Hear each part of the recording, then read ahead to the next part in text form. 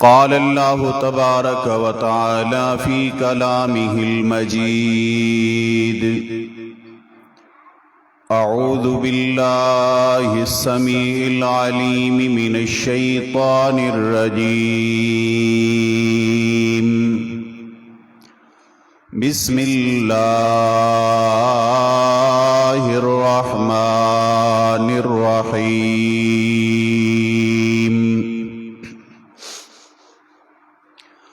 يا أيها الذين آمنوا اتقوا الله حق تقاته ولا تموتن إلا وأنتم مسلمون.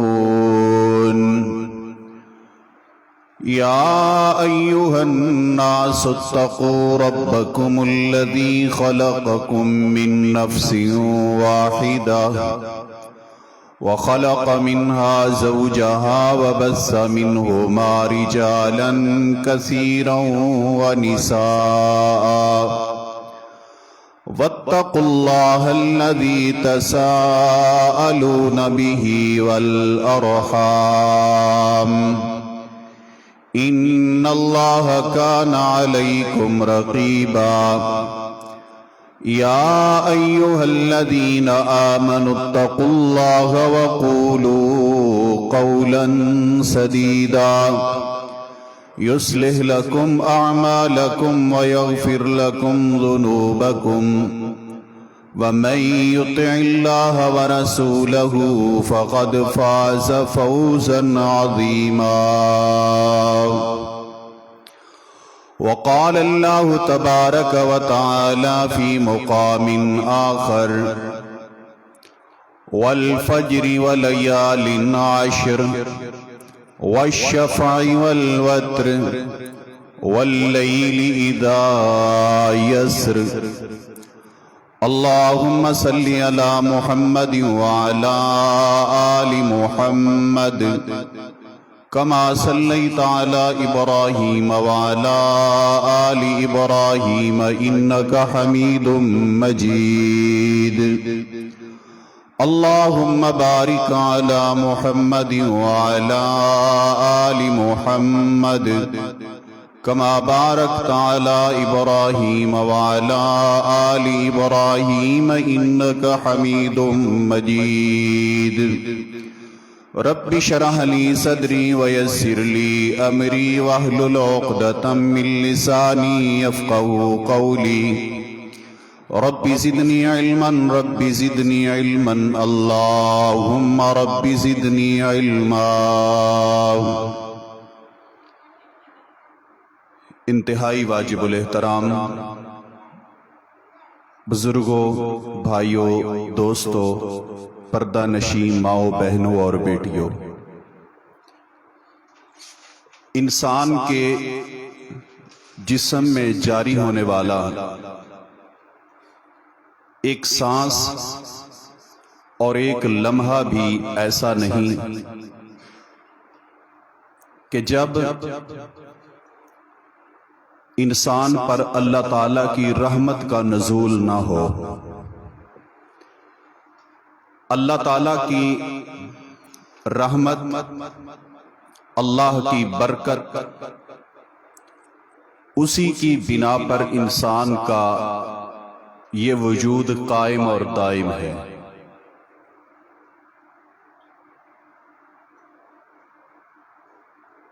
سال کے جتنے دن ہیں،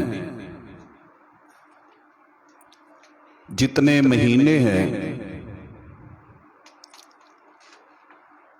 جتنی گھڑیاں ہیں، ہر ایک گھڑی، مہینہ، لمحہ انسان پر خالق کائنات کی رحمتوں اور برکتوں کا نزول جاری رہتا ہے۔ کوئی دن، کوئی رات اللہ تعالیٰ کے فضل اور رحمت سے خالی نہیں، کوئی گھڑی، کوئی لمحہ۔ لیکن پھر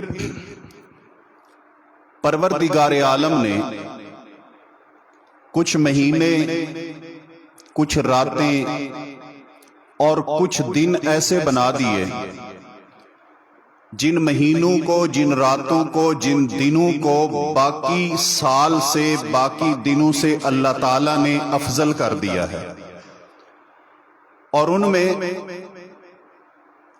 پروردگار عالم کی رحمتوں کا سمندر ٹھاٹھے مار رہا ہوتا ہے۔ جیسے تمام مہینوں میں ہی انسان اپنے رب کی پکار، اپنے رب کو اپنی پکار سنوا سکتا ہے، سال کی تمام راتوں میں رب اپنے بندے کی دعاؤں کو سنتا ہے، لیکن رمضان میں رب کی بہار کا انداز ہی نرالا ہوتا ہے۔ ہر رات میں اللہ رب ذوالجلال اپنے بندے پر رحمتیں نچھاور کرنے کے لیے تیار ہے، لیکن لیلۃ القدر کی رات میں اور رمضان المبارک کی طاق راتوں میں میرے اللہ کی بخشش کے اور مغفرت کے انداز ہی نرالے ہوتے ہیں۔ اسی طرح میرے محترم ساتھیو، پورے سال میں اللہ تعالیٰ کی رحمتیں اپنے جوبن پہ ہوتی ہیں، لیکن جب یہ ذوالحجہ کا مہینہ، جس میں اللہ تبارک و تعالی نے محمد مصطفیٰ کی امت کو حج عطا کیا، جس میں اللہ تبارک و تعالی نے نبی پاک صلی اللہ علیہ وسلم کی امت کو قربانی جیسی سنت اور طریقہ عطا کیا، ان 10 دنوں میں بھی اللہ رب ذوالجلال کی مغفرت، اللہ کی رحمت اور اللہ کی بخشش، اللہ کی عطائیں اپنے بندوں کے اوپر باقی تمام دنوں اور راتوں سے زیادہ ہوتی ہیں۔ میرے محترم ساتھیو، ان 10 دن یعنی جس کی آج پہلی تاریخ ہے، ان 10 دن میں کس قدر فضیلت و عظمت ہے، یہ 10 دن کس قدر عظمت اور شان والے ہیں، اس کا اندازہ اس بات سے لگائیے کہ میرا رب ہر کسی چیز کی قسم نہیں اٹھاتا، جس چیز کی قسم میرا پروردگار اٹھا دے، یہ اس بات کی دلالت ہوتی ہے کہ یہ چیز اللہ کے ہاں بڑی پیاری اور محبوب ہے۔ مثلا رب نے قسم اٹھائی، لا اقسم بہذا البلد، مکہ شہر کی، یہ اس بات کی دلیل ہے کہ مکہ میرے رب کو تمام شہروں سے محبوب ہے۔ اللہ تبارک و تعالی نے قسم اٹھائی والعصر، عصر کے وقت کی، اس کا مطلب ہے کہ وقت عصر اللہ تبارک و تعالی کو تمام اوقات سے محبوب ہے۔ اللہ خالق کائنات نے قسم اٹھائی لعمرک، میرے پیغمبر کی زندگی کی، جس سے ثابت ہوا کہ میرے نبی کی زندگی ہر جاندار اور ذی روح سے زیادہ پیاری ہے رب ذوالجلال کو۔ اللہ تبارک و تعالی نے ایسی قسم اٹھائی والفجر، فجر کے وقت کی، اس کا مطلب ہے کہ جیسے عصر کا وقت اللہ تعالیٰ کے ہاں بڑا قیمتی اور محبوب ہے، ویسے ہی فجر کا ٹائم بھی رب ذوالجلال کو بڑا پیارا اور محبوب ہے۔ میرے محترم ساتھیو، اسی طرح اللہ تعالیٰ نے پھلوں میں سے تین کی یعنی انجیر کی، زیتون کی، پہاڑوں میں سینا پہاڑ کی قسم اٹھائی ہے۔ یہ تمام ان جگہوں، ان پھلوں کی عظمتوں کے اوپر دلیل ہے کہ رب نے ان کی قسم اٹھائی ہے۔ جیسے اللہ تبارک و تعالی نے نبی کے شہر مکہ کی قسم اٹھائی، جیسے خالق کائنات نے فجر کے ٹائم کی قسم اٹھائی، جیسے پروردگار نے عصر کے وقت کی قسم اٹھائی، جیسے الہ العالمین نے امن کی گلیاں مکہ ان کی قسم اٹھائی، جیسے پروردگار عالم نے میرے محبوب علیہ السلام کی عمر کی قسم اٹھائی، جیسے اللہ تبارک و تعالی نے پھلوں میں سے انجیر اور زیتون کی قسم اٹھائی ہے، جو اس بات کی دلیل ہے کہ یہ تمام چیزیں اللہ کے ہاں نفیس ترین اور عمدہ ترین ہیں، ایسے ہی اللہ تعالیٰ نے قسم اٹھائی والفجر ولیال عشر، اے کائنات کے لوگوں میں رب ہو کے جیسے فجر کے وقت کی قسم اٹھا رہا ہوں، ویسے ہی ان 10 دنوں 10 راتوں کی بھی قسم اٹھا رہا ہوں جن کا آغاز ہو چکا ہے اور آج پہلی تاریخ ہے۔ ذوالحجہ کی 10 راتیں نبی پاک صلی اللہ علیہ وآلہ وسلم کے صحابی سیدنا عبداللہ بن عباس رضی اللہ تعالیٰ عنہما ارشاد فرماتے ہیں کہ اس سے مراد وَلَيَالٍ عَشْرٍ، میرے رب نے کہا کہ مجھے 10 راتوں کی قسم ہے، اس سے مراد ذوالحجہ کے مہینے کے 10 دن اور 10 راتیں ہیں جن کی قسم رب ذوالجلال نے اٹھائی ہے، اور یہ دن قیمتی ہیں، یہ دن عظمت والے ہیں، اسی بنا پر ہمیں حکم ہے کہ ان کو ضائع نہ کیا جائے بلکہ ان دنوں کو قیمتی بنایا جائے۔ ان دنوں میں اللہ کی رحمت، اللہ کی برکت اور اللہ کی طرف سے برسنے والی جو فضیلت ہے اس کو سمیٹا جائے۔ اور کیا کیا جائے؟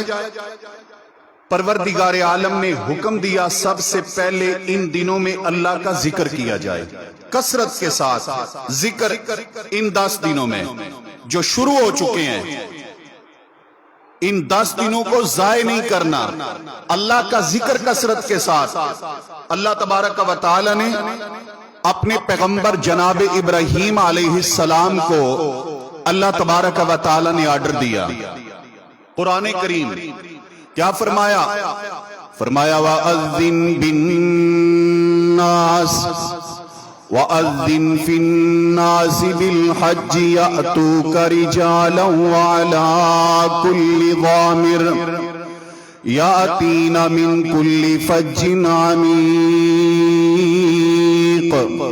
لِيَشْهَدُوا مَنَافِعَ لَهُمْ وَيَذْكُرُوا اسْمَ اللَّهِ فِي أَيَّامٍ مَّعْلُومَاتٍ عَلَى مَا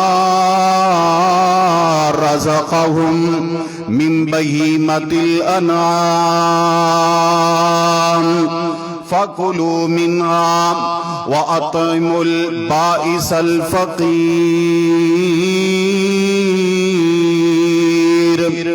الہ العالمین نے اپنے پیغمبر جناب ابراہیم علیہ السلام کو حکم دیا، اے میرے ابراہیم وَأَذِّن فِي النَّاسِ بِالْحَجِّ، آپ لوگوں کے اندر حج کا اعلان کر دیجئے، حج کا اعلان کر دیں۔ اب ہم سرسری ترجمے میں دیکھیں تو یہ کوئی بات مشکل نظر نہیں آتی، لیکن آپ غور کریں، آپ نے کسی پروگرام کی تشہیر کرنی ہو، آپ کتنے سہارے لیتے ہیں؟ ایک دکان کی آپ نے اوپننگ کرنی ہو نا، آپ اس کے لیے کتنے ذرائع ابلاغ استعمال کرتے ہیں؟ آپ جو ہے نا وہ پمفلٹ بھیجیں گے، آپ اخبار میں خبر دیں گے، کوشش ہوگی، کاروبار بڑا ہوگا، ٹی وی میں ایڈ چلوائیں گے، بڑے بڑے بورڈ آویزہ کریں گے، تب جا کے لوگوں کو علم ہوگا آپ کی دکان کا اور چند لوگ آئیں گے۔ ایسی بات ہے۔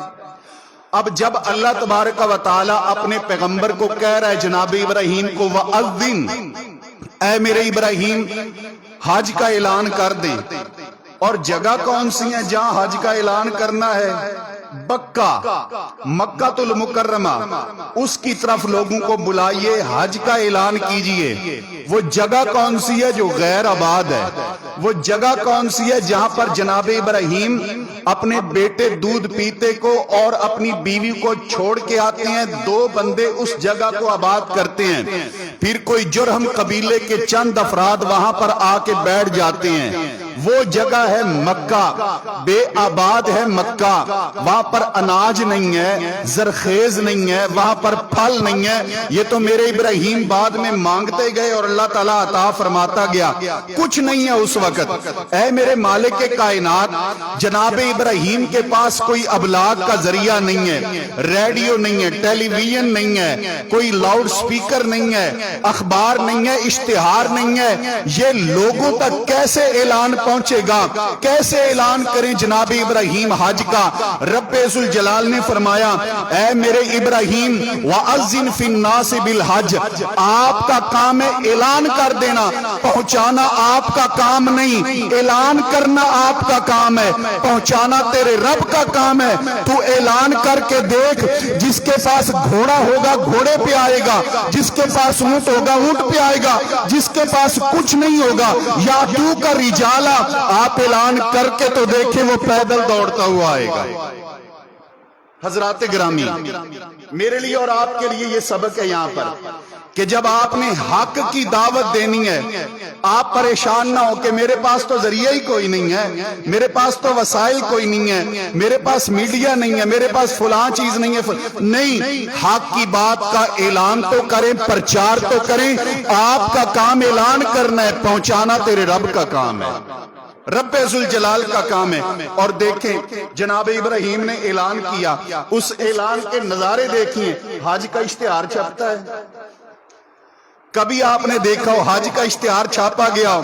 کوئی نہیں، لیکن لوگ پتہ بھی ہوتا ہے وہاں بھگدڑ مچ جاتی ہے، بھی پتہ بھی ہوتا ہے کہ جان کو بھی خطرہ ہو جاتا ہے، پتہ بھی ہوتا ہے کہ کہیں میں فوت نہ ہو جاؤں، پتہ بھی ہوتا ہے مجھے بڑا پیدل چلنا پڑے گا، پتہ بھی ہوگا کہ تنگیاں برداشت کرنی پڑیں گی، لیکن اس کے باوجود ہر انسان کوشش ہوتی ہے، تڑپ ہوتی ہے، خواہش ہوتی ہے، لائن میں لگا ہوتا ہے کہ کاش میری باری آ جائے۔ اے اللہ، یہ نظارے کیوں ہیں؟ لوگوں کی یہ طرف کیوں ہے؟ اس لیے وَأَذِّن فِي النَّاسِ بِالْحَجِّ، اعلان کرنے والے کے اعلان میں خلوص ہی بڑا تھا، خلوص ہی بڑا تھا، اخلاص بڑا تھا۔ پھر لوگ آئے۔ خیر، اگلی بات جو ہمارے آج کے موضوع کے متعلقہ اللہ تبارک و تعالی نے فرمایا کہ لوگ آئیں گے بھی، کیوں؟ لِيَشْهَدُوا مَنَافِعَ لَهُمْ، جب وہ یہاں آئیں گے انہیں نفع ہی نفع ملیں گے۔ نفع ہے جو مکہ میں آئے گا، حج کے لیے آئے گا، نفع ہے۔ نفع کس بات کا ہے؟ نفع اس بات کا ہے کہ اس کی ساری زندگی کے پاپ ایسے دھل جائیں گے جیسے آج ہی اس کی ماں نے اسے جنم دیا ہے، ایسے گناہوں سے پاک صاف شفاف ہو جائے گا۔ اور پھر اللہ تعالیٰ نے فرمایا وَيَذْكُرُ اسْمَ اللَّهِ، اور میرے ابراہیم آپ یہ بھی کہیں کہ اللہ تعالیٰ کا نام لیں، اللہ کا ذکر کریں ان دنوں میں، فی ایام معلومات، ان معلوم دنوں میں۔ ان معلوم دنوں سے مراد یہ 10 دن ہیں، ان میں کثرت کے ساتھ اللہ تعالیٰ کا نام لیں، اللہ کا ذکر کریں، اللہ کا شکر کریں۔ کس بات پر؟ کس بات پر؟ ویسے تو ہر ایک گھڑی میں اللہ تعالیٰ کا فضل ہے ہمارے اوپر، اور ہر ایک فضل پر ہم شکر کریں، لیکن یہاں پر اللہ کا ذکر کریں ایک خاص چیز پر، اور وہ یہ ہے علامہ رزقہم من بہیمۃ الانعام۔ اس رب کا اس بات پر شکر کریں کہ اس رب نے انہیں چوپاؤں میں سے کھانے کے لیے رزق عطا کیا ہے۔ جانور چوپائے، اونٹ، گائے، بھیڑ، بکری، دمبا، اللہ تبارک و تعالیٰ نے ان کو فرمایا کہ ان کے ذریعے اللہ تعالیٰ نے رزق دیا ہے بندوں کو، اور رزق دیا ہے تو پروردگار کہ آپ انسان سوچے بھی میں رزق دیا ہے الہ العالمین نے، تو اس میں میں شکر ادا کروں پروردگار کا۔ کس بات پر؟ اس بات پر کہ عرصہ ہو گیا، صدیاں بیت گئی ہیں، انسان ان حلال جانوروں کو کھا رہا ہے، ذبح کر رہا ہے، پھر کھا رہا ہے، لیکن آج تک کمی نہیں آئی، کمی نہیں آئی۔ اور حرام کو دیکھ لیں، حرام جانوروں کو دیکھیں آپ، انہیں کھایا نہیں جاتا، لیکن ان کی قلت ہے، ان کی قلت ہے۔ اور حلال جانور روزانہ لاکھوں ذبح ہوتے ہیں، لیکن اس کے باوجود ان کی قلت نہیں، بہتات ہے، کثرت ہے۔ کیوں؟ علامہ رزقہم من بہیمۃ الانعام، کیونکہ انسان کو ان جانوروں کی صورت میں رزق دینے کا فیصلہ میرے اللہ نے کر لیا ہے، اور رزق وہ دیتا ہے، اس لیے اس پر اس رب کا شکر ادا کرو۔ میرے محترم ساتھیوں، وَيَذْكُرُ اللَّهَ فِي أَيَّامٍ مَّعْلُومَاتٍ، اللہ تعالیٰ نے جہاں حج کی بات کی، ساتھ ہی یہ بات کی کہ ان 10 دنوں میں کثرت کے ساتھ اللہ تبارک و تعالیٰ کا ذکر بھی کرو۔ کیوں؟ کیونکہ یہ 10 دن اتنے افضل ہیں۔ رسول اللہ صلی اللہ علیہ وسلم نے فرمایا، سیدنا عبداللہ ابن عباس رضی اللہ تعالیٰ عنہما کی حدیث، کہ ما من ایام العمل الصالح احب الیہن احب الی اللہ فیہن، کہ اللہ نے جتنے دن بنائے ہیں ان دنوں میں سے کوئی دن ایسا نہیں جس میں کی گئی نیکی اللہ کو اتنی محبوب ہو جتنی محبوب وہ نیکی ہوتی ہے جو ان 10 دنوں میں کی جائے۔ جو نیکی ان 10 دنوں میں کی جاتی ہے، جو عمل ان 10 دنوں میں کیا جاتا ہے، الہ العالمین کے ہاں وہ عمل تمام دنوں کی بنسبت اللہ کو زیادہ محبوب ہے۔ جب یہ بات کی، میرے پیارے پیغمبر صلی اللہ علیہ وآلہ وسلم کے ایک صحابی ارشاد فرمانے لگے، وَلَلْ جِہَادُ فِي سَبِيلِ اللَّهِ، اللہ کے رسول اللہ کی راہ میں جہاد بھی، وہ بھی ان 10 دنوں کا مقابلہ نہیں کر سکتا۔ حالانکہ جہاد وہ عبادت، وہ نیکی ہے کہ جب انسان گردن کٹاتا ہے، اس کے خون کا قطرہ زمین پہ بعد میں گرتا ہے، اللہ اس کے گناہوں کو پہلے معاف کر دیتا ہے۔ میرے پیغمبر نے فرمایا، وَلَلْ جِہَادُ فِي سَبِيلِ اللَّهِ، اللہ کی راہ میں کیا ہوا جہاد بھی ان 10 دنوں کی نیکی کا مقابلہ نہیں کر سکتا۔ میرے پیارے پیغمبر جناب محمد مصطفیٰ صلی اللہ علیہ وآلہ وسلم نے فرمایا، اِلَّا رَجُلٌ أَفَّرَ وَجْهَهُ فِي التُّرَابِ، ایک مجاہد ہے جو ان 10 دنوں کی نیکی کا مقابلہ کر سکتا ہے، اور یہ وہ مجاہد ہے جو اپنا مال جان گھر سے لے کر نکلا، پھر کوئی چیز بھی واپس نہ آئی، اس کی جان بھی اللہ کی راہ میں چلی گئی، اس کا مال بھی اللہ کی راہ میں چلا گیا۔ وہ انسان، باقی اس کے علاوہ کوئی بھی نیکی کرنے والا شخص اس بندے کا مقابلہ نہیں کر سکتا جو ان 10 دنوں میں اللہ تبارک و تعالیٰ کو راضی کرنے کے لیے اعمال کرتا ہے۔ اور وہ عمل کیا ہے؟ نبی پاک صلی اللہ علیہ وآلہ وسلم نے فرمایا، وہ عمل ہے اللہ کا ذکر سب سے پہلے، فَأَكْثِرُوا فِيهِنَّ مِنَ التَّهْلِيلِ وَالتَّحْمِيدِ وَالتَّكْبِيرِ، ان دنوں میں کثرت کے ساتھ لا الہ الا اللہ کہو، الحمدللہ کہو، اللہ اکبر کہو، کثرت کے ساتھ اللہ تبارک و تعالیٰ کا ذکر کرو۔ تو ذکر سب سے پہلے اللہ تبارک و تعالیٰ کی بندگی اور عبادات ان 10 دنوں میں جو کرنی ہے، سب سے پہلے ذکر ہے۔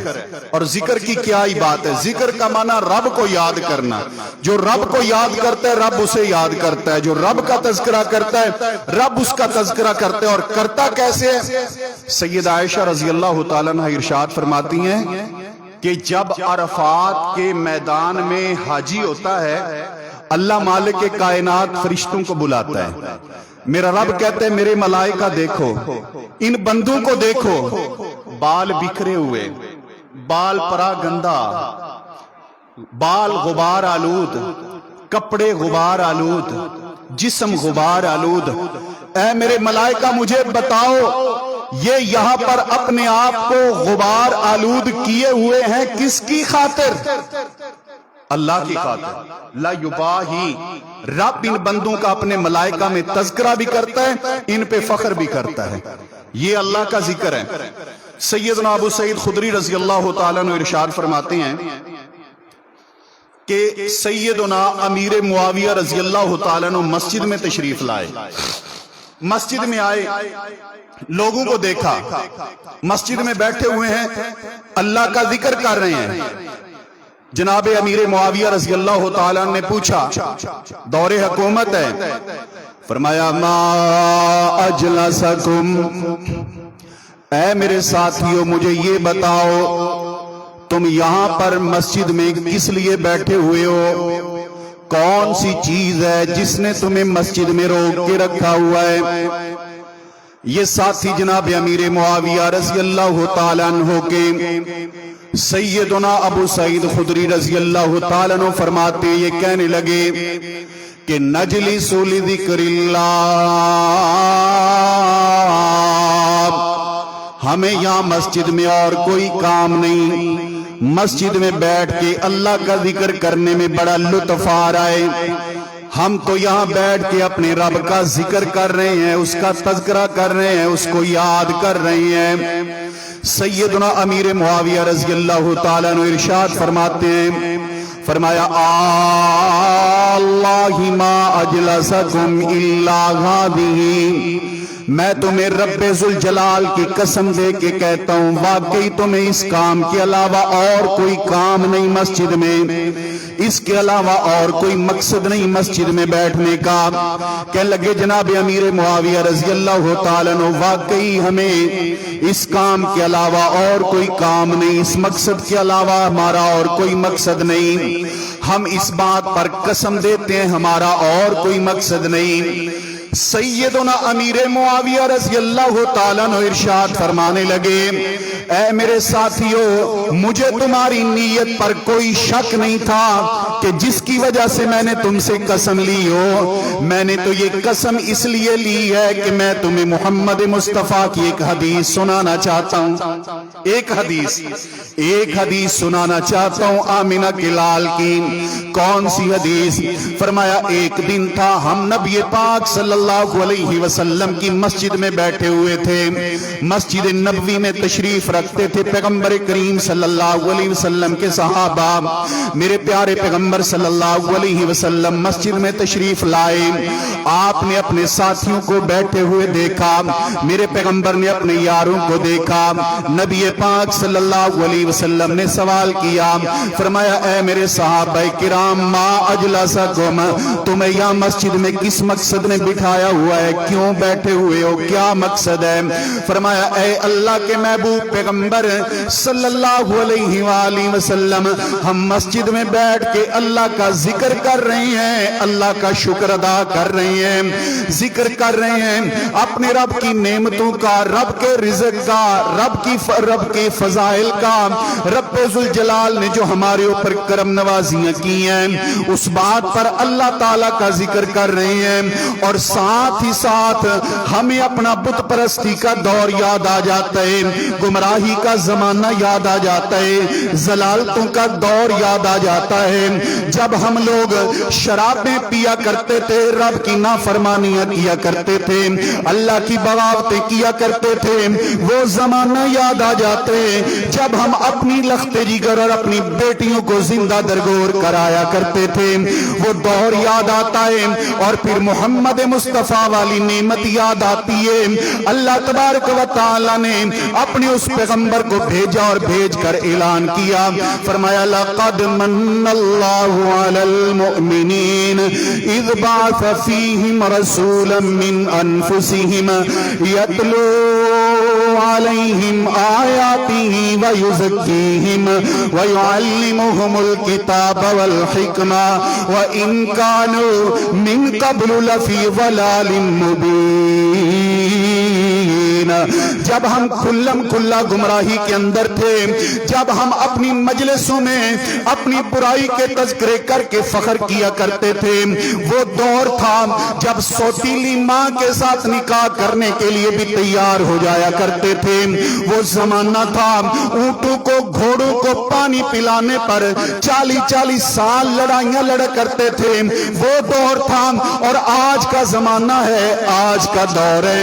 اللہ تبارک و تعالیٰ نے رحمت للعالمین پیغمبر کا ہمیں صرف امتی ہی نہیں صحابی بھی بنا دیا ہے۔ اے نبی پاک صلی اللہ علیہ وسلم وَنَشْكُرُ اللَّهَ عَلَىٰ مَا هَدَانَا، ہم اپنے رب کا شکر اس بات پر کر رہے ہیں کہ اللہ مالک کائنات نے ہمیں ہدایت عطا فرمائی، رب نے جہنم کے گڑھے سے نکال کر محمد کا غلام بنا دیا ہے۔ وَنَشْكُرُ اللَّهَ، اللہ کا شکر۔ اور انسان کو اگر کبھی اپنا پرانا زمانہ، گزرا ہوا دور کبھی تنگی کا دور یا جہالت کا دور وہ یاد آ جائے نا تو اللہ کے سامنے رو کے اس کا شکر ادا کرنا چاہیے کہ پروردگار تو نے مجھے اس ضلالت سے نکالا، اس گمراہی سے نکالا، اس جہالت سے نکالا۔ اے میرے اللہ، اگر اس دور میں مجھ پر موت آ جاتی میرا کیا بنتا؟ میں تو برباد ہو جاتا۔ شکر ادا کیا کریں اس پروردگار کا، اور اس شکر کی ادائیگی کے لیے، رب کو یاد کرنے کے لیے، یہ دنیا کی رنگینی کو بھلانے کے لیے اور رب سے لو لگانے کے لیے سب سے بہترین مقام کیا ہے؟ مسجد۔ سب سے بہترین مقام مسجد ہے۔ اور آپ بھی اہل محلہ، میں بھی، ہم بھی اس بات پر بھی رب کا شکر ادا کیا کریں کہ اے اللہ یہ تیرا فضل ہے کہ تو نے ہمارے اس دل میں، ہمارے اس محلے میں یہاں پر کوئی برائی کا اڈا نہیں بنوایا، اپنی یاد کا گھر بنوا دیا ہے، اپنی توحید کا گھر بنوا دیا ہے، اپنی سنت کا گھر بنوا دیے، اور ایسا گھر بنوایا ہے انشاءاللہ جہاں سے آپ کو بدعات کی ترویج نہیں ملے گی، جہاں سے بدعت کی تعلیم نہیں ملے گی، محمد کی سنت کی تعلیم ملے گی، رب کی توحید کی تعلیم ملے گی انشاءاللہ تعالی۔ حضرات اس بات پہ رب کا شکر ادا کیا کریں۔ انسان دین سمجھ کر بدعت کرے، ڈاکٹر صاحب دین سمجھ کر بدعت کرے، اور 70 سال ایک چیز کو دین سمجھ کے کرتا رہے، اور بعد میں پتہ چلے کہ یہ تو تھی ہی بدعت، فائدہ لے کے وہ مسجد سے گیا، لے کے وہ دین کے نام پر گیا۔ اگر یوں نہیں تو یوں سمجھیں کہ آپ نے جانا ہو مکے اور بیٹھ جائیں آپ نیو یارک کی فلائٹ میں، کیا خیال ہے؟ اور آپ جو ہے نا اس میں بیٹھ کے انتظار میں ہو، بس ہونے جدہ آیا، آ جائے گا؟ نہیں آئے گا۔ کیوں؟ اس کا روٹ ہی جدے والا نہیں ہے، اس کا روٹ ہی مکے والا نہیں ہے، اس کا روٹ مدینے والا نہیں ہے۔ حضرات گرامی، بدعت جتنی مرضی خوبصورت ہو، اس کا روٹ محمد مصطفیٰ والا نہیں ہے، جنت والا نہیں ہے، جہنم والا روٹ ہے۔ کیونکہ رب نے فرمایا میرے پیغمبر کی حدیث، کل بدعت ضلالہ وکل ضلالۃ فی النار، ہر بدعت گمراہی ہے اور ہر گمراہی جہنم میں لے کے جاتی ہے۔ اگر جنت والا روٹ چاہیے تو وہ محمد کی سنت والا روٹ ہے، پیغمبر کے طریقے والا روٹ ہے۔ نبی کی ادا کی طرف آئیے، اور پھر انشاءاللہ تعالیٰ آپ کا ایک ایک قدم وہ نبی پاک صلی اللہ علیہ وسلم کے قریب کر رہے ہیں، جنت کے قریب کر رہے ہیں۔ اگر سنت پہ چل رہے ہیں اور اگر دین سمجھ کے بدعت پہ چل رہے ہیں تو ایسے ہی سمجھیں مکہ سمجھ کے نیو یارک جا رہے ہیں، غلط فلائٹ میں بیٹھے ہیں۔ لہذا سب سے پہلے صحیح گاڑی کا، صحیح فلائٹ کا، صحیح سواری کا انتخاب کیجئے۔ دیکھیے کہ جو کچھ میں کر رہا ہوں یہ میرے نبی کی سنت بھی ہے یا نہیں، طریقہ بھی ہے یا نہیں، ادا بھی ہے یا نہیں، انداز بھی پیغمبر کا ہے کہ نہیں۔ آپ عید سمجھ کر، جشن سمجھ کر ربیع الاول میں لاکھوں روپے خرچ کر دیں، اور یہ نہ سوچیں کہ صدیق کو مجھ سے زیادہ محبت تھی، اس نے بھی یہ منائی تھی کہ نہیں، صحابہ کو مجھ سے زیادہ تڑپ تھی، انہوں نے بھی کی تھی کہ نہیں، یہ غور ہی نہ کریں، یہ توجہ ہی نہ کریں۔ تو یہ ایسے ہی نہ کہ بندہ نیو یارک والی فلائٹ میں بیٹھ کر جدے کی نیت کیے ہوئے ہے، مکے کی نیت کیے ہوئے نہیں، فلائٹ اور سواری کا صحیح انتخاب کرے، اور وہ سواری سنت کی سواری ہے، سنت کی۔ اور سنت کیا ہے؟ نبی پاک صلی اللہ علیہ وسلم نے فرمایا جو مجھ سے محبت کرنا چاہے وہ میری سنت سے محبت کرے، سنت سے۔ اور من احب سنتی فقد احبنی، جس نے میری سنت سے پیار کیا اس نے مجھ سے پیار کیا۔ ومن احبنی کان معی فی الجنہ، اور جس نے مجھ سے پیار کیا وہ جنت میں بھی میں محمد مصطفیٰ کے ساتھ ہوگا۔ نبی کا ساتھ چاہیے تو سنت پہ آنا ہوگا، نبی کا ساتھ چاہیے سنت کو اپنانا ہوگا، اور سنتیں بھی ساری، ایک سنت نہیں، ہمیں ایک ہی سنت یاد ہے، کون سی؟ بنا کھانا کھانے کے بعد حلوہ کھانا، یہ پیغمبر کی سنت تھی۔ ایک سنت یاد ہے وہ بھی کھائیں، اس پہ بھی انشاءاللہ اجر دے گا میرا رب، اس پہ بھی دے گا اگر سنت سمجھ کے کھائیں گے۔ لیکن صرف حلوے تاکی نہ رہیں، آگے جلوے تک بھی آئیں، آگے جو میرے پیغمبر کا جلوہ ہے دیگر سنتوں کی صورتوں میں وہ بھی آئیں، اس کو بھی اپنائیں۔ میرے محترم ساتھیوں، صحابہ کرام سے پوچھا میرے پیغمبر نے کیا کر رہے ہو؟ فرمایا اللہ کا ذکر بھی کر رہے ہیں۔ اس نے گمراہیوں سے، جہالتوں سے، ضلالتوں سے نکال کر، اس نے ابو جہل کی پارٹی سے نکال کر محمد کی پارٹی میں شامل کر دیا ہے، اس پہ شکر بھی کر رہے ہیں اپنے رب کا۔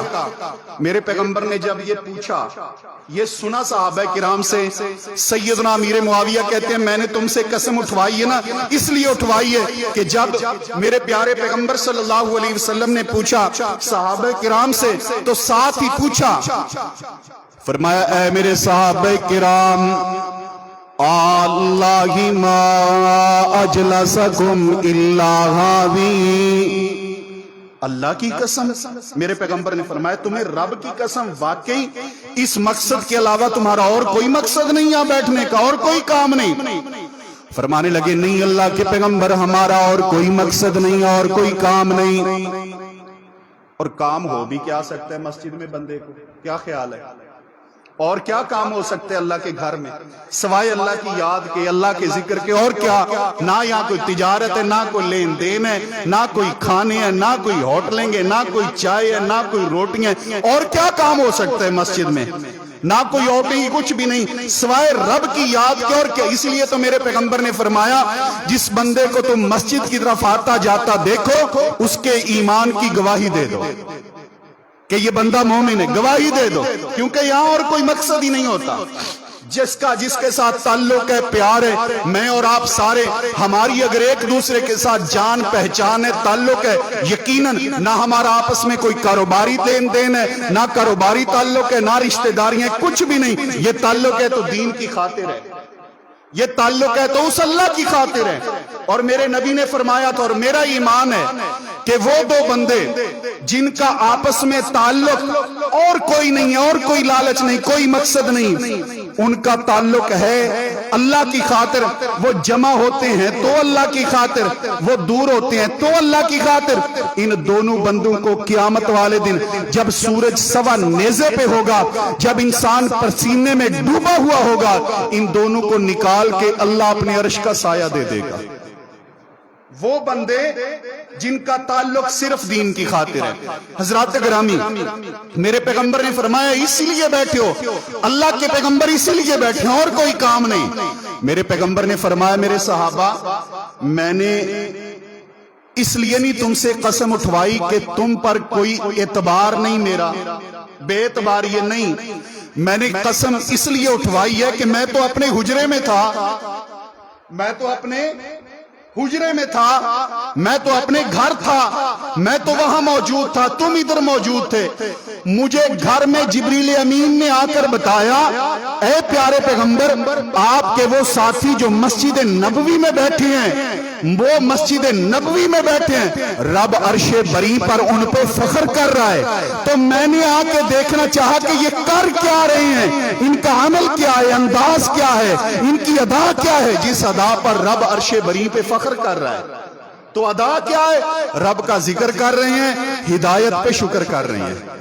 اللہ کو یاد کرنا، ہدایت پہ شکر ادا کرنا، یہ وہ عمل ہے جس عمل کی بنا پر میرے محترم ساتھیوں رب ذوالجلال ملائکہ کی جماعت میں اپنے بندے پر فخر کرتا ہے۔ تو ان 10 دنوں میں میرے نبی نے کیا فرمایا کہ ان 10 دنوں جیسے کوئی دن نہیں ہے، اس لیے فاکثروا فیہن من التہلیل والتحمید والتکبیر، ان دنوں میں کثرت کے ساتھ لا الہ الا اللہ والحمد للہ واللہ اکبر، سبحان اللہ والحمد للہ ولا الہ الا اللہ واللہ اکبر، یہ اذکار کثرت کے ساتھ کرو ان 10 دنوں میں، ان 10 دنوں میں۔ اور میں دیکھیں پیارے پیغمبر نے یہاں پر بڑی تلقین کی ہے. سیدنا عبداللہ بن عمر، سیدنا ابو ہریرہ رضی اللہ تعالیٰ عنہ، ان دونوں کا یہ طرز عمل تھا. میرے نبی کے یہ دونوں صحابہ بازار نکل جاتے، ان 10 دنوں میں بازار نکل جاتے اور وہاں پر اونچی آواز میں تکبیرات بلند کرتے. اور کیوں کرتے؟ اس لیے کہ جتنے لوگ بازار میں بیٹھے ہیں ان کو پتہ ہی نہیں، یاد دہانی نہیں ہوگی، یاد نہیں ہوگا کہ یہ 10 دن کتنے قیمتی ہیں. ان کو تو یہ یاد ہوگا کہ میں نے عید کیسے لگانی ہے. کی خیال ہے جی؟ میں نے اب جو ہے نا جو پرانے ریٹ والی پٹی لگی ہوئی ہے اس کو چینج کیسے کرنے، اوپر نئی پٹی کیسے لگانی ہے، نیا سٹیکر نئے ریٹ کا وہ کیسے لگانا ہے. میں نے یہ جو 50 والی چیز ہے اس کو 110 کا کیسے کرنا ہے. بازار میں وہ اس پریشانی میں بیٹھا ہوگا، اسی تگ و دو میں بیٹھا ہوگا، یا کوئی کسی اور چکر میں لین دین میں کاروبار میں، وہاں پر وہ مشغول ہوگا، مصروف ہوگا اور غافل ہوگا اللہ کے ذکر سے. میرے نبی کے یہ دونوں صحابہ نکل کر اللہ تبارک و تعالیٰ کا ذکر کیا کرتے بازاروں میں، تاکہ وہاں بیٹھے لوگوں کو بھی یاد آ جاتا کہ یہ دن کتنے قیمتی ہیں، ضائع نہیں کرنے. ان کو بھی یاد آ جاتا. تو یاد رکھنا ان کو. اور نبی پاک صلی اللہ علیہ وآلہ وسلم کی ان احادیث کی روشنی میں سیدنا ابراہیم کی بات بھی کرتے جائیں. نبی پاک صلی اللہ علیہ وسلم فرماتے ہیں کہ جس رات مجھے اللہ تبارک و تعالیٰ نے جنت کی سیر کروائی، اس جنت کی سیر کے دوران میری ملاقات ہوئی ایک جلیل القدر شخصیت سے. میں نے تعارف کیا، تعارف چاہا تو پتہ چلا یہ جناب ابراہیم علیہ السلام ہے، سیدنا ابراہیم علیہ السلام. مجھے ملے، مجھے کہنے لگے ہے میرے بیٹے محمد صلی اللہ علیہ وسلم، اقرئ امتک منی السلام، امت کو جا کے میرا سلام کہنا، اپنی امت کو جا کے میرا سلام کہنا ہے اپنی امت کو. سبحان اللہ، کیا شان ہے اس امت کی، سلام کہنا. اور ساتھ ایک بات بتانی ہے، وَأَخْبِرْهُمْ أَنَّ الْجَنَّةَ طَيِّبَةَ التُّرْبَةِ عُذْبَةُ الْمَاءِ وَإِنَّهَا قِيَانٌ. اے پیارے محمد صلی اللہ علیہ وآلہ وسلم، امت کو جا کے سلام بھی کہنا اور پیغام بھی دینا کہ جنت کی مٹی بڑی زرخیز ہے، اور جنت کی مٹی زرخیز ہونے کے ساتھ ساتھ جنت کا پانی بھی بڑا میٹھا ہے، بڑا پیارا ہے. اس لیے انہیں اگر آپ کی امت اگر کاشتکاری کرنا چاہے، شجرکاری کرنا چاہے، تو جنت کی زمین کاشتکاری کے لیے بڑی ہموار ہے، کیونکہ زمین زرخیز ہے، میٹھا پانی دستیاب ہے. اے میرے پیارے محمد صلی اللہ علیہ وآلہ وسلم، اپنی امت کو یہ بھی بتا دینا کہ وَأَنَّهَا قِيَانٌ، یہ جنت ہے چٹیل میں، ہے چٹیل میدان. جنت پانی میٹھا اور اس کے ساتھ ساتھ زمین زرخیز، لیکن ہے میدان، چٹیل میدان ہے. کرنا کیا ہے وہاں پر؟ اگر تم چاہتے ہو، اپنی امت کو بتلا دیجیے، اگر چاہتے ہو کہ یہ جو زمین ہے جنت کی میدان، اس میں ہمارے درخت لگ جائیں، ہماری کاشتکاری ہو جائے، ہماری شجرکاری ہو جائے، تو میرے پیارے پیغمبر صلی اللہ علیہ وآلہ وسلم امت کو جا کے بدلا دیجئے گا کہ غراسوہا، اس میں شجرکاری کا ایک ہی طریقہ ہے، ایک ہی انداز ہے، اور وہ طریقہ ہے سبحان اللہ والحمدللہ ولا الہ الا اللہ واللہ اکبر. یہ 4 کلمے یاد رہیں گے انشاءاللہ. سبحان اللہ والحمدللہ ولا الہ الا اللہ واللہ اکبر. جب یہ شخص اپنی زبان سے بولے گا، اللہ تعالیٰ جنت کے اندر اس کا درخت لگا دے گا. اور درخت پھر جو لگتا ہے وہ کتنا بڑا ہوتا ہے. رسول اللہ صلی اللہ علیہ وسلم نے فرمایا جنت کا ایک درخت، اس کے نیچے تیز رفتار گھڑ سوار 70 سال تک دوڑتا رہے، جنت کے ایک درخت کے سائے کو عبور نہیں کر سکتا. ایک سایہ عبور نہیں ہو سکتا. ایک درخت کا سایہ 70 سال تیز رفتار گھوڑا دوڑتا رہے, اور یہ بھی اندازہ لگائیں گھوڑا بھی جنت کا ہوگا, اس کی رفتار کتنی ہوگی, کتنی رفتار ہوگی. اس کا مطلب ہے کہ ایک درخت وہ اتنا عظیم ہے, اتنا قیمتی ہے, اور جو روزانہ کئی کئی بار اللہ کا ذکر کرے گا رب اس کے لیے کتنے درخت لگائے گا. اس لیے محترم ساتھیوں, ان دنوں میں جو ہی چاند نظر آئے, اور وہ کل نظر آ گیا, چاند نظر آنے سے لے کر 13 ذوالحجہ عصر تک تکبیرات کہنا یہ پیارے پیغمبر صلی اللہ علیہ وسلم کے صحابہ کا طریقہ کار ہے. لہذا ہماری زبان خاموش نہیں رہنی چاہیے, تر رہنی چاہیے, جاری رہنی چاہیے, اور یہ تکبیرات ہماری زبان پہ جاری و ساری رہیں, اور خصوصاً نمازوں کے بعد تو کثرت کے ساتھ اللہ تبارک و تعالیٰ کے دیگر اذکار کے ساتھ ان تکبیرات کا بھی ورد ہونا چاہیے. اس کے بعد جو تکبیرات کے کلمات ہیں وہ یہ تو جو میں نے پہلے بتائے وہ اذکار ہیں. جو تکبیرات ہیں وہ اللہ اکبر لا الہ الا اللہ واللہ اکبر وللہ الحمد, یہ کلمات بھی ہیں, اور اللہ اکبر کبیرہ, یہ کلمات جو عید الفطر والے دن آپ پڑھتے ہیں, ان دنوں میں پورے 13 دن یہ کلمات یہ جاری و ساری رہنے چاہیے. اس کے بعد نفلی روزہ ہے. ذکر کے بعد دوسرا کام ان دنوں میں نفلی روزہ. رسول اللہ صلی اللہ علیہ وسلم سے پورے 9 دن کے روزے رکھنا, سارے رکھ لیں, چیدہ چیدہ رکھ لیں, ثابت ہیں, آپ رکھ سکتے ہیں, لیکن ایک روزہ وہ مس نہیں کرنا, وہ ہے 9 ذوالحجہ کا روزہ, یوم عرفہ کا روزہ. میرے پیارے پیغمبر صلی اللہ علیہ وآلہ وسلم نے فرمایا وہ شخص جو 9 ذوالحجہ کا یوم عرفہ کا روزہ ایک دن کا روزہ رکھے گا, کتنے دنوں کا, ایک دن کا, احتسب علی اللہ ان یکفر السنۃ الماضیۃ والآتیۃ, مجھے اپنے اللہ سے پوری امید ہے اللہ رب ذوالجلال اس کے 1 سال کے پچھلے اور 1 سال کے آئندہ گناہ معاف کر دے گا. 2 سالوں کے گناہ ہیں, اور یہ روزہ پتہ ہے کب آ رہا ہے, اگلے جمعے کے بعد, یعنی ہفتے والے دن یہ روزہ ہوگا. تو یہ مس نہیں کرنا. ساتھیوں کو, اپنے گھر والوں کو, اپنے دوست احباب کو اس کی ضرور تعلیم دیجیے.